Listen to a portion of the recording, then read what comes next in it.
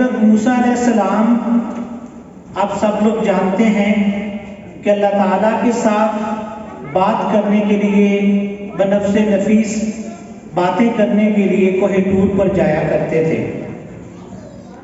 ایک دفعہ حضرت موسیٰ علیہ السلام جا رہے تھے تو ایک شخص رستے میں ملا۔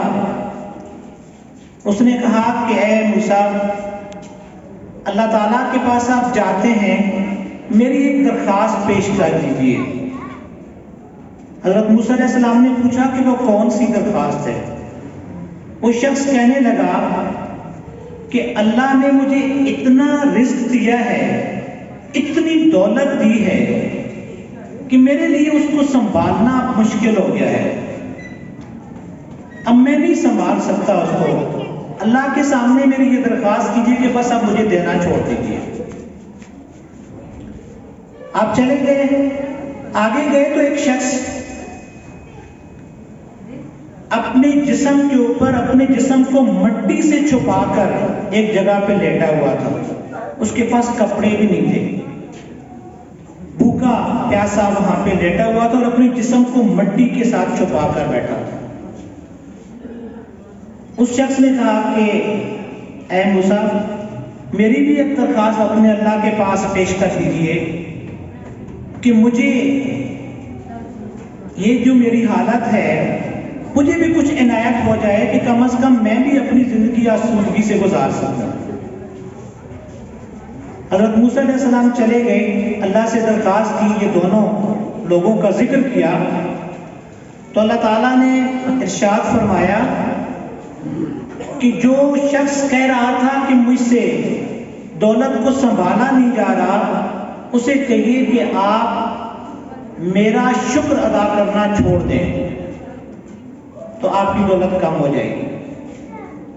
اور وہ شخص جو مٹی کے اندر اپنے جسم کو چھپا کے لیٹا ہوا ہے اور اس کے پاس کھانے پینے کے لیے کچھ نہیں ہے، اسے کہیے کہ آپ میرا شکر ادا کرنا شروع کر دیں۔ جب واپس آئے تو حضرت موسیٰ علیہ السلام نے اس شخص سے اس کی ملاقات ہوئی، ان کی جو مٹی میں اپنے جسم کو چھپا کے لیٹا ہوا تھا، بھوکا پیاسا تھا۔ تو آپ نے اسے کہا کہ آپ اللہ کا شکر ادا کریں۔ اس نے کہا میں اس حالت میں کیا شکر ادا کروں، اس سے زیادہ میرے ساتھ اور کیا ہو سکتا ہے؟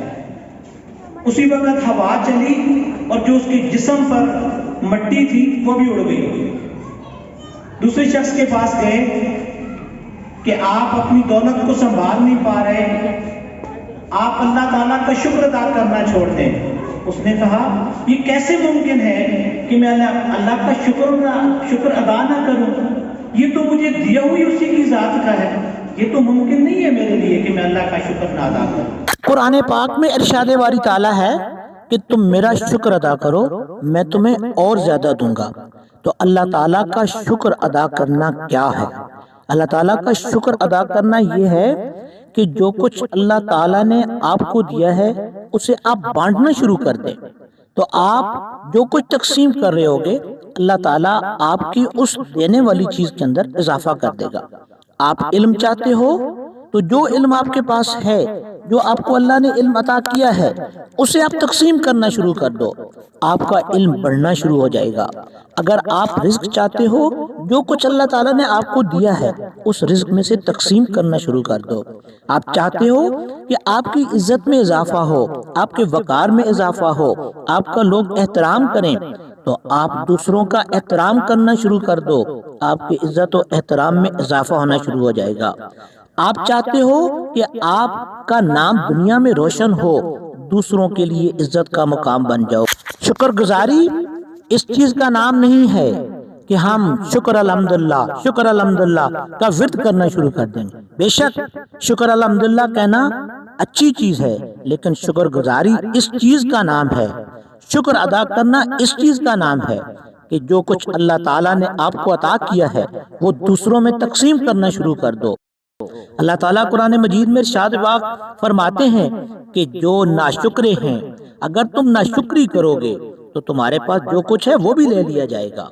ایسے لوگ جو شکر نہیں ادا کرتے، یہ وہ لوگ ہیں جو اپنے کاموں سے، اپنی حرکتوں سے اور اپنی باتوں سے شکر ادا نہیں کر رہے ہوتے۔ ان کی زبان ہر دم گلے شکوے دہراتی رہتی ہے، شکایات کرتے رہتے ہیں۔ ان کے لیے شکایت کرنا بہت آسان ہوتا ہے، جبکہ ان کے لیے شکر ادا کرنا مشکل ہوتا ہے۔ تو جو لوگ اللہ تعالیٰ کی ذات کا شکر ادا کرتے ہیں، اللہ تعالیٰ انہیں اطمینان قلب عطا کرتے ہیں، اللہ تعالیٰ انہیں اس دنیا کی نوازشات اور برکات سے نواز دیتے ہیں۔ اور شکر گزاری کو اپنی زندگی کا طرز حیات بنا لیجئے، شکر گزاری کو اپنی زندگی کا حصہ بنا لیجئے، شکر گزاری کو اپنی زندگی کا اوڑھنا بچھونا بنا لیجئے۔ اللہ تعالیٰ آپ کو جو کچھ نعمتوں سے نوازی ہیں اللہ تعالیٰ نے، ان میں اور اضافہ کرنا شروع کر دے گا۔ لیکن اگر آپ شکر نہیں ادا کرو گے تو پھر اللہ تعالیٰ آپ کے ساتھ آپ کو جو نعمتوں سے نوازا ہوا ہے ان کے اندر کمی کر دے گا۔